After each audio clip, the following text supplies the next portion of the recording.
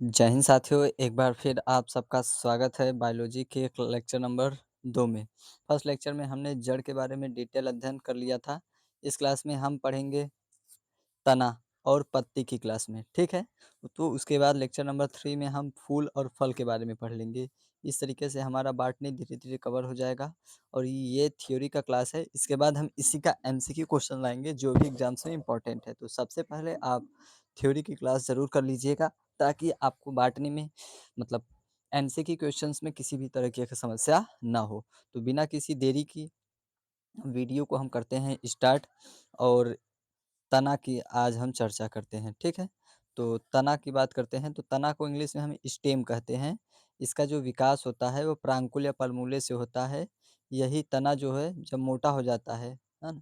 तना होगा यहाँ पर, यही तना जब मोटा हो जाता है तो उसे शाखा यानी कि ब्रांच कहते हैं। जो जैसे पौधा होता है तो वो धीरे-धीरे जब मोटा हो जाता है तो वो तना शाखा बन जाता है, ठीक? टहनी जो होती है, तो ब्रांच से कई सब ब्रांच निकलते हैं जिसको हम क्या कहते हैं टहनी कहते हैं। तो एक मोटा शाखा होता है और उस शाखा से बारीक-बारीक टहनियाँ निकली होती हैं, उन्हीं को हम सब ब्रांच कहते हैं, ठीक है? पेड़-पौधों को सर्वाधिक हानि जो तना छीलने से होता है, ये सबसे महत्वपूर्ण भाग होता है। तो जो भी तना होता है, अगर आप तने को छील देंगे, तो बहुत पेड़-पौधों को बहुत ही नुकसान प्रदान करता है, ठीक है? तो अगला क्या है कि यह पॉज़िटिव फ़ोटोट्रॉफ़ी होती है। याद रखिए तना जो होता है पॉज़िटिव फ़ोटोट्रॉफ़ी और नेगेटिव जियोट्रॉफ़ी होता है। अर्थात यह प्रकाश की ओर बढ़ता है, जिस दिशा में प्रकाश होता है मतलब ऊपर होता है प्रकाश, तो इस वज़ह से पेड़-पौधे कहाँ होते हैं? ऊपर भागते हैं, किंतु भूमि की ओर नहीं बढ़ता है। पतझड़ के मौसम में जो पेड़ की सभी पत्तियाँ गिर जाती हैं, तो उस समय तना भोजन बनाने का काम करता है तथा 1% प्रकाश संश्लेषण कर लेता है, इसलिए यह हरा होता है, ठीक? तना जो होता है वो हरे रंग का होता है। पतझड़ के मौसम में क्या होते हैं ना कि पत्तियाँ झड़ जाती हैं और तना जो है उस समय पौधे को भोजन को प्रदान करता है, ठीक है? तो प्रकाश संश्लेषण तना भी कर लेता है, तो तना जो होता है वो हरा होता है, पत्ती भी हरा होती है। जड़ हरा नहीं होता है क्योंकि ये प्रकाश संश्लेषण नहीं कर पाता है। इसमें नोड और इंटरनोड पाए जाते हैं, जिस कारण यह चौड़ाई में विकास करता है। गांठनुमा संरचना पाई जाती है जिसे कलियाँ बंड्स कहते हैं, ठीक है? तो तने की जो पहचान होती है उसमें नोड और इंटरनोड होता है और जड़ की जो पहचान होती है उसमें टैप रूट यानी कि कोना निकला रहता है किनारे से, ठीक? तो याद रखिए कि तने की जो पहचान होती है उसमें नोड और इंटरनोड का होना फिक्स है और जड़ में पाया जाता है टैप रूट। तने की बात करें कि तना जो होता है वो 3 प्रकार का होता है। पहले तने को हम वायवीय तना कहते हैं, दूसरे को अर्धवायवीय कहते हैं और तीसरे को भूमिगत तना कहते हैं, ठीक? तो ज़रूरी नहीं कि जो ज़मीन के ऊपर हो वही तना होता है, ठीक है? तने की हमने पहचान आपको बताया है कि तना तब होगा जब उसमें नोड और इंटरनोड होगा। तो 90% जो तना होता है वो वायवीय तना होता है। कितने परसेंट? 19% जितने भी तने हैं, वो सब तने वायवीय तने होते हैं, ठीक है? तो बाकी भूमिगत तना अर्धवायवीय तना बहुत कम होता है, घास-फूस होते हैं। उसके बाद भूमिगत तना जो नीचे ज़मीन के होता है। तो एरियल स्टेम क्या होता है वायवीय तना ऐसे तने जो प्रांकुल से निकलते हैं और सीधे हवा की तरफ ऊपर चले जाते हैं, बाहर की ओर लटका रहता है। जैसे जितने भी लता वाली सब्जियाँ हैं, सब ऊपर होते हैं, ज़मीन के ऊपर होते हैं। कद्दू हो गया, आम हो गया, बेल हो गया, बबूल हो गया, जितने भी आपको पेड़ दिखाई देंगे, सब वायवीय तना ही हैं, ठीक है? ये सारे एग्जाम्पल थे वायवीय तना के। नेक्स्ट नंबर आता है अर्धवायवीय तना। तो सब एरियल स्टेम क्या होता है कि इस तना का कुछ भाग अंदर तथा कुछ भाग बाहर होता है। जैसे घास-फूस होता है, घास होता है ना महिलाएँ काट देती खचाक से, तो कुछ भाग ज़मीन के ऊपर होता है और कुछ अंदर होता है, तो काटने पर वापस से उग जाता है, ठीक? तो आधा हिस्सा काट लेते हैं, जैसे हँसिया से काट दिए, तो क्या होता है कि कुछ ज़मीन के अंदर रहता है और कुछ कट जाता है, ठीक है? अगर आप खोद कर निकाल लेंगे तो वो घास क्या होता है ना कि बहुत लेट में उगता है क्योंकि आपका ने उसका मैक्सिमम पार्ट काट के निकाल दिया है। तो अर्धवायवीय तना जो होता है वो सब घास-फूस और जलकुंभी होता है। और नेक्स्ट जो होता है वो भूमिगत तना है, ठीक है?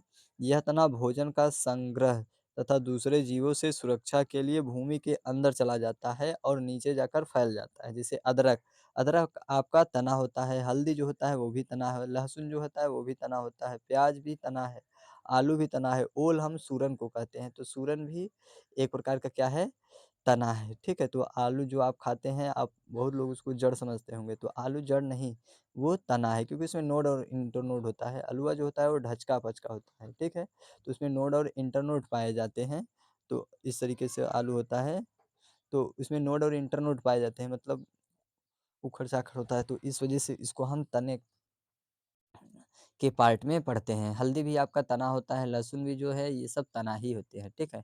क्या है कि हल्दी और अदरक को प्रकंद कहते हैं, जिसमें गाँठ ज़्यादा होता है, उसको हम प्रकंद कहते हैं। गाँठ वाले अधिक, जो भी तना में गाँठ अधिक होता है, आप उसको क्या कहते हैं, प्रकंद कहते हैं, ठीक। और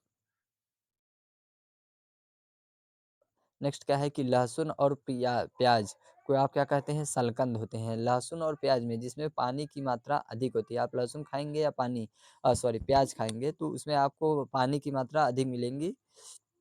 तो जिसमें जल की मात्रा अधिक हो, जिस तने में जल की मात्रा अधिक होती है, उसको हम सलकंद कहते हैं, ठीक है।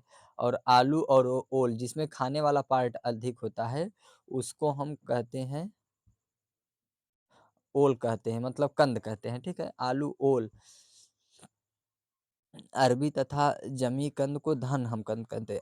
अरवी होता है, गाँव में सब्जी में बनाते हैं, छोटे-छोटे होते हैं, तो अरबी को और जमी कंद को हम कंद के नाम, धन कंद के नाम से जानते हैं। अदरक एक तना है, जड़ नहीं, क्योंकि इसमें नोड और इंटरनोड पाए जाते हैं। मैंने आपको बताया अदरक क्या होता है, एक तना होता है, ठीक। नेक्स्ट क्या है कि हल्दी में कुर्कुमीन पाया जाता है, जो कैंसर रोग होने से बचाता है। फिर भी कैंसर होते जा रहा है आजकल, बहुत फेमस हो गया है, ठीक है। तो हल्दी में कुर्कुमीन पाया जाता है, इंपॉर्टेंट है, बोर्ड एग्जाम्स में बहुत सारे कॉम्पिटिटिव एग्जाम्स में पूछ लेता है। तो हल्दी में क्या पाया जाता है, कुर्कुमीन, जो हमें कैंसर से बचाता है। आलू में सर्वाधिक कार्बोहाइड्रेट्स यानी वसा पाया जाता है, तो सबसे ज़्यादा जो कार्बोहाइड्रेट्स पाया जाता है वो आलू में होता है। आलू में खाने वाला पार्ट भी सब बहुत होता है, ठीक है। और सेलोनीन के कारण जो होता है आलू हरा हो जाता है, और ऑक्सीजन की कमी के कारण काला धब्बा बन जाता है, ठीक है। आप कभी भी आलू मार्केट में देखें तो कई-कई आलू क्या होता है ना, हरे रंग का हो जाता है, तो सोलेनिन के कारण जो होता है आलू का रंग हरा होता है। और जिस आलू में ऑक्सीजन की कमी होती है, तो जैसे आलू होता है तो उसको आप काटेंगे कई बार तो अंदर जो होता है काले-काला आपको दिखाई देता है, तो वो होता है ऑक्सीजन की कमी से कारण। प्याज में जो होता है वो सल्फ़ोनिक अम्ल पाया जाता है, जिससे आँसू आता है। प्याज आप काटेंगे तो ऐसा लगेगा कि आप रो रहे हैं, ठीक है? तो वो रोने का जो कारण बनता है वो सल्फ़ोनिक अम्ल बनता है, ठीक है? केमिस्ट्री में आप पढ़ेंगे सल्फ़ोनिक अम्ल को।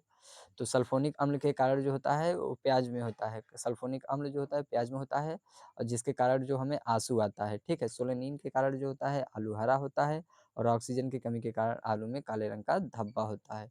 लहसुन और प्याज में गंधक होता है, वो होता है एलासीन के कारण। तो लहसुन जो होता है में सल्फ़र, एलासीन के कारण गंध आती है, ठीक। नेक्स्ट बात करते हैं हम पत्ती की। तो लीफ जो होती है, पत्ती, यह पेड़ पौधों का क्षैतिज विकास को दर्शाता है। तो पहले होता है जड़, दूसरा तना, और थर्ड जो होता है वो है पत्ती, ठीक।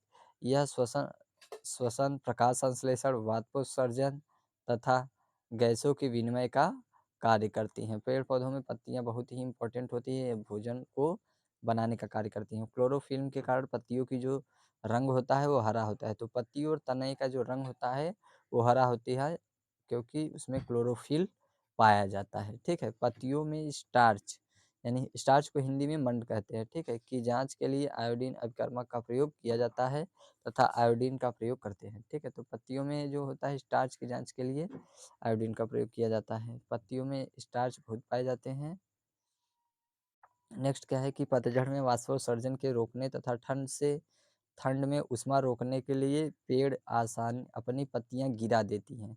तो गर्मी के सीजन में क्या होता है ना कि अगर पत्तियां पेड़ नहीं गिराएंगे, तो उससे क्या होता है कि ऊष्मा जो एनर्जी बनाई हुई है भोजन, वो हीट जो होता है वो अवशोषित कर लेगा। इस वजह से पेड़वा बहुत चालाक होता है, अपनी सारी पत्तियों को गिरा देता है, तो उसका खाना बच जाता है, ठीक। स्टोमेटा रंध्र गैस का विनिमय करता है तथा मंड को शर्करा में बदल देता है। नेक्स्ट बात करते हैं पत्तियों के प्रकार।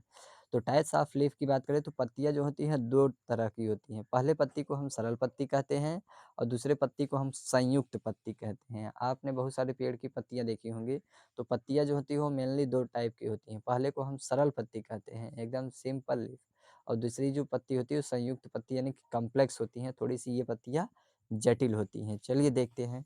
सरल पत्ती क्या होती है ना कि इसका जो पत्ती होता है, मार्जिन जो होता है वो कटा-पिटा नहीं रहता है। जैसे आम, पीपल, बरगद, केला, तो इनका जो मार्जिन होता है वो कटा नहीं रहता है। जैसे आप देखिए इमेज में, तो ये पत्ती है, जहाँ से पत्ती तने से लगी होती है उसको हम वृंत कहते हैं। जैसे मतलब ये किनारा होता है पत्ती का, तो तने से सटा हुआ होता है, उसको हम वृंत कहते हैं। और ये पत्ती की आप किनारे वाले भाग को देखेंगे तो एकदम सिंपल है, कोई ढचका-पचका वाला काम नहीं है। तो इसी को हम कहते हैं मार्जिन। ठीक है? तो जिसके मार्जिन सिंपल होता है, मतलब कोई कटिंग कटिंग नहीं होती है, सिंपल सिंपल होता है, उसी को हम सरल पत्ती कहते हैं। आप केला वाले पत्ती को देखिए, एकदम सरल है, सिंपल है, कहीं भी कटा-पिटा नहीं होता है, टेढ़-बाकुल ना होता है, इस तरीके से। तो ऐसे पत्तियों को हम कहते हैं सरल पत्ती, जिसका मार्जिन कटा-पिटा नहीं होता, एकदम सिंपल ही होता है। तो आम का भी पत्ता हो गया, केला का पत्ता हो गया, तो इन सारे पेड़ के जो पत्ते होते हैं वो सरल पत्ती की श्रेणी में आते हैं। ठीक है? ये हुआ, तो आम हो गया, पीपल हो गया, बरगद का पेड़ हो गया, केला, ये सब सरल पत्ती में आते हैं। नेक्स्ट होता है संयुक्त पत्ती। ठीक है? संयुक्त कॉम्प्लेक्स क्या होता है कि इसका जो लीफ होता है, मार्जिन, वो कटा-पिटा होता है। जैसे आप गुलाब की पत्ती देखें, नीम की देखें, इमली की देखें, ये सारी पत्तियाँ जो होती हैं वो संयुक्त पत्ती में आती हैं। जैसे हो गया गुलाब का पौधा, आप गुलाब का पत्ती देखेंगे ना तो इसमें बहुत कटिंग होता है, ये इस तरीके से। इसी कटिंग मार्जिन जिसमें होता है उसको हम संयुक्त पत्ती कह देंगे, और जिसमें मार्जिन नहीं होता है उसको आप कहेंगे सरल पत्ती। ठीक है? आप नीम की पत्ती में भी देखिए, नीम की पत्तियाँ में भी इसी तरीके से मार्जिन बना हुआ होता है। ठीक है? तो इसी जो कटिंग होती है, पत्तियों में जो इस तरीके की कटिंग होती है उसको हम क्या कहते हैं, मार्जिन कहते हैं। ठीक है? और जिसमें ये मार्जिन बने होते हैं उसको हम कहते हैं संयुक्त पत्ती, और जिसमें ये नहीं बना होता है उसको हम सरल पत्ती के नाम से जानते हैं। ठीक। अगला था कि सिरा विन्यास के आधार पर पत्तियां कितने प्रकार की होती हैं। तो पत्तियों के सिरों के क्रम को सिरा विन्यास कहते हैं। सिरा यह 2 प्रकार का होता है। पहला जो होता है वो जालिकावत सिरा विन्यास होता है, दूसरा जो होता है वो समानांतर सिरा विन्यास होता है। ठीक है?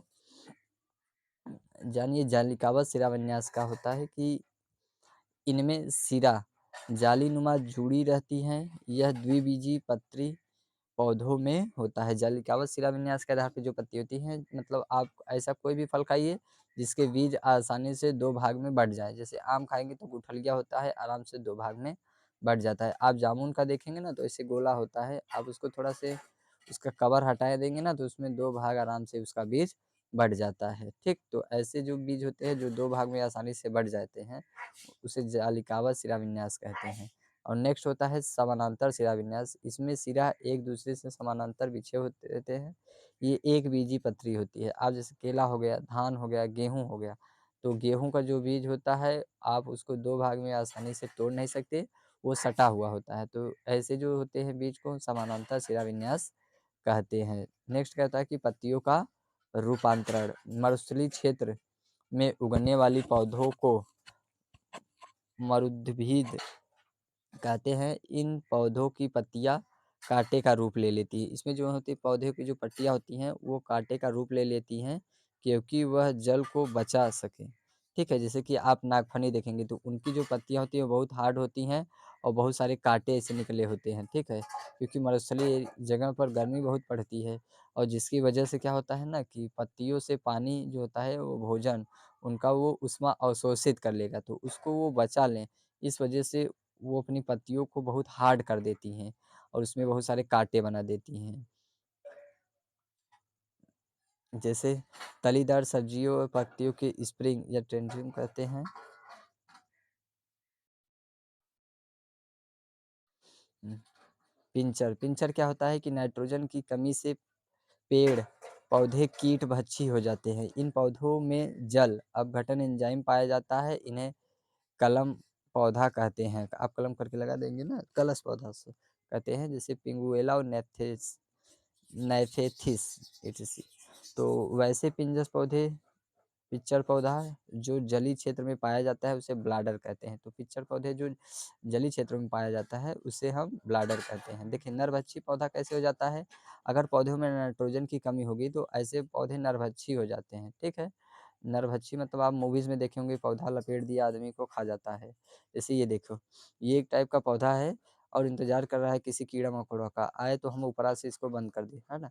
ऊपर से ढक्कन होता है और इसमें कोई भी कीड़ा अंदर गया तो ये तो बंद कर देता है और इसी में कीड़वा क्या हो जाता है, मर जाता है। तो ऐसे जो पौधे होते हैं वो नरभक्षी होता है। जैसे ये देखिए, ये छोटा-सा पौधा है और इसमें एक आदमी हाथ डाल दिया तो उसका हथवा बंद कर दिया है, ठीक है? उसको लग रहा है कि पूरा हथवा खा जाएगा, पता नहीं है उसका ये कितना बड़ा आदमी है, ठीक? तो इस तरीके से जो पौधे होते हैं उनको हम नरभक्षी पौधे कहते हैं और ये बन जाते हैं किसकी कमी के कारण? नाइट्रोजन की कमी के कारण। तो कोई भी पौधा नाइट्रोजन की कमी के कारण नरभक्षी हो जाता है, ठीक? नेक्स्ट नेक्स्ट है, देखिए ये एक पौधा है, ठीक है? इसमें एक कीड़ा घुस गया है, तो जब ये कीड़ा जो होता है ना इसमें रेशे बने होते हैं और ये रेशे को 2-3 रेशे को टच करेगा ना तो ये पौधे को पता चल जाता है कि अब मुझे बंद करना है, ताकि ये इसी में फँस जाए। तो ये सटाक से अपना क्या होता है ना कि ऊपर वाला ढक्कन बंद कर देता है, वो कीड़ा बेचारा इसी में फँस जाता है, धीरे-धीरे ये मर जाता है। तो इस तरीके से ये पौधा अपना क भोजन बना लेता है इस कीड़े को खा जाकर, ठीक है? तो ऐसे पौधे जो होते हैं नरभक्षी होते हैं, जहाँ पर नाइट्रोजन की कमी होती है वहाँ के जो पौधे होते हैं, वो नरभक्षी बन जाते हैं, ठीक है? जंगल-वंगल में अक्सर ये पौधे हमें दिखाई दे जाते हैं। तो इस तरीके से आपका तना और पत्ती की क्लास कंप्लीट ख़त्म हो गई है। जल्द ही हम इसका एमसीक्यू क्वेश्चंस लाने वाले हैं। यदि आपको क्लासेस पसंद आ रही हैं तो आप कमेंट सेक्शन में कमेंट करिए और आप बताइए कि आपको और किन-किन सब्जेक्ट्स में प्रॉब्लम हो रही हैं ताकि उसका हम कंप्लीट क्लास चला सकें, ठीक है? किसी भी टाइप की समस्या हो तो आप कमेंट सेक्शन में कमेंट ज़रूर करिए। तो मिलते हैं नेक्स्ट वीडियो में, तब तक के लिए धन्यवाद।